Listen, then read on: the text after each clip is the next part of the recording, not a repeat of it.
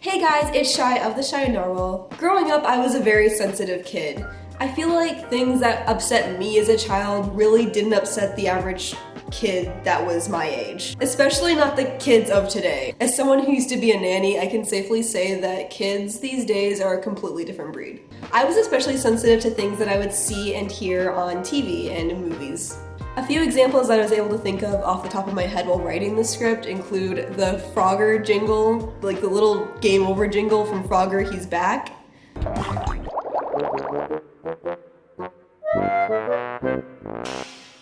The out of time sound effect from Monopoly Junior, like when you would lose in a mini game and it made that sound when you failed.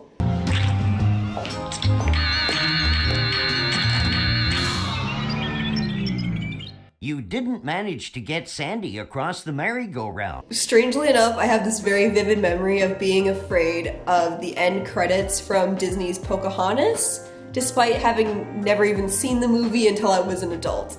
For some reason, I would have dreams, like a reoccurring nightmare as a kid, that I was being forced against my will to sit through the end credits of Disney's Pocahontas.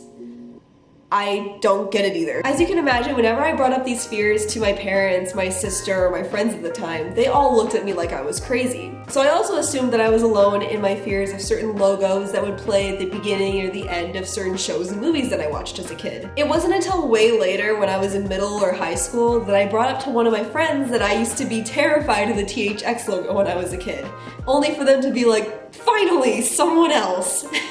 I remember my friend and I were just kind of going back and forth talking about the different logos that used to freak us out as kids, and I went home that night and just kind of looked up some of the logos themselves, only to find that there are tons of compilations on YouTube that were dedicated to showcasing the logos that used to freak other people out as kids.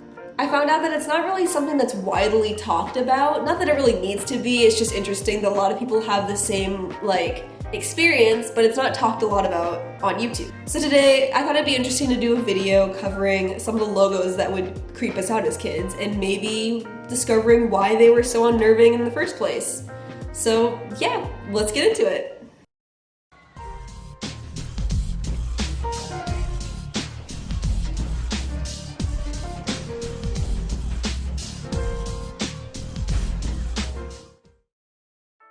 THX is an audiovisual company that was founded by George Lucas on May 20th, 1983. I think this is one of the most famous, if not the most famous, creepy logo, at least based on what I've gathered from talking to other people over the years and by reading comments on YouTube. I guarantee that everyone watching this video has seen at least some variation of this logo at some point. The original logo is about 15 seconds long and starts off with a blue rectangle on a black background with text saying, "The audience is listening." You hear a single note that starts off quiet as white text is just flashing inside the blue rectangle. Then you realize the sound is slowly getting louder and louder to reveal the logo THX in big silver letters.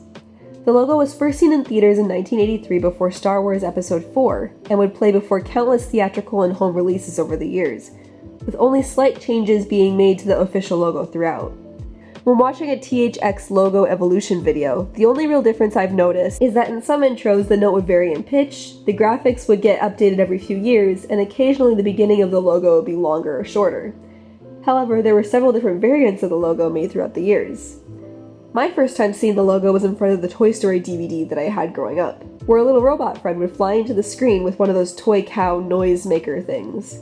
He realized that it can make an even bigger noise if plugged into the THX logo, and the famous THX note plays.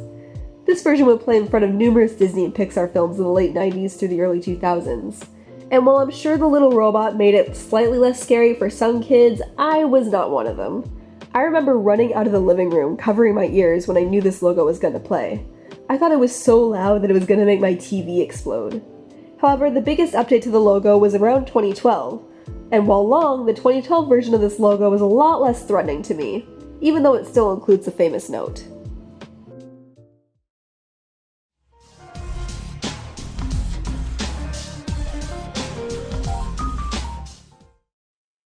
Aardman Animation is a British animation studio that was founded in 1972 and has released numerous classics over the years, such as Wallace and Gromit, Chicken Run, and Arthur Christmas, just to name a few. Unlike the THX logo, I think I might be in the minority on this one. but as a child, I found numerous different iterations of the studio's logo to be quite uncomfortable to watch. Aardman's bumpers ranged drastically over the years, with the first series of them containing a brightly colored animated scene in a small box on the screen.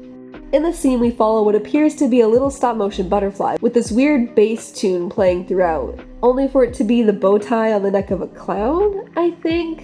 Silly man, I'm not entirely sure. Either way, the music does not match at all, and honestly, if the logo had more whimsical music, or even no sound at all, I think the logo would have been much more inviting to me as a young child. However, the version of the logo that was most memorable to me was the one from the late 90s. It featured a little robot character with the Aardman star running on a gear, when an arm reaches across the screen and turns it off, for the letters to reveal the studio's name. When I was younger, the music just sounded so eerie to me. This bumper would play before my Wallace and Gromit DVD collection that I had growing up, and I remember either muting it or skipping this intro entirely. As an adult, I think it's kinda cool. It's unique, and I like the animation style they used as well. The music probably wouldn't be my first choice, but other than that, I love how creative they got with it. Based on what I was able to find out, this version of the Aardman animation logo lasted until around the mid to late 2000s. I don't know, thoughts? Did you see either one of these as a child? And were you creeped out by them? You can let me know down in the comments if I was alone on this one.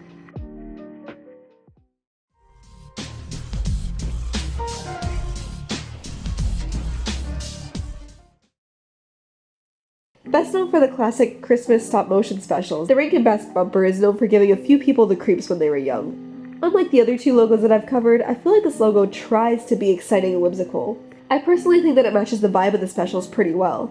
I can see how some people might find the brass instruments in the beginning of the bumper kind of aggressive though.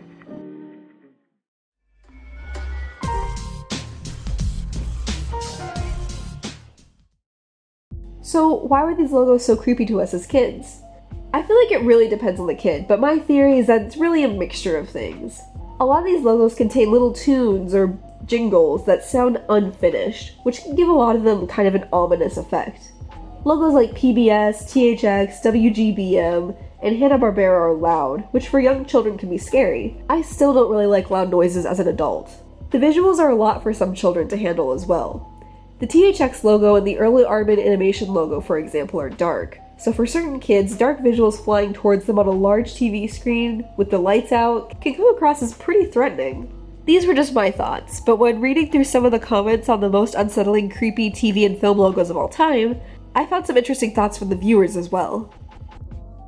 Why these were so creepy is that they played after the closing credits, and so one of them tended to be the last thing we saw and heard before our parents turned off the TV for the night. Then I would wake up in the middle of the night with one of the logos playing over and over in my head, and I would imagine the words and symbols suddenly appearing in the middle of the room with nobody to help me. If you watch these with the sound off, they aren't creepy at all. In almost every case, it's the damn music, which always sounds threatening and aggressive. I have this weird thing where I can't watch logos at the end of movies. The beginning is perfectly fine. I've been obsessed with logos since I was little, and so I get hyped about them at the beginning, but for some reason it just feels wrong to watch them at the end. Same with post-credit scenes. They just feel really cursed for some reason. It's like you're watching the movie cling to life as it dies or something. That's really melodramatic, but it's the only way I know how to describe the feeling. Something about disembodied artificial shapes floating in space, juxtaposed with these loud, jarring synth stingers is just creepy as all get out. I'm gonna be honest, I feel like this is some kind of psychological phenomenon that isn't really the logo itself, though the sounds play a part, but rather the fact that a VHS tape is playing. You have a feeling of eerie loneliness. Your favorite character is no longer on screen to keep you company, followed by an unsettling and unfamiliar sound effect, with a sense of silence afterwards in a giant empty bedroom or living room, depending on where your VHS player was located, with no other souls around. You wonder what's left. No one.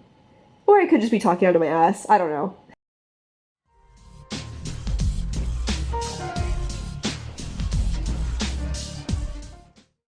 So I know this was kind of a strange one. Like, every now and then I would pause while writing this script and be like, really? This is what used to scare me? But clearly, I'm not alone.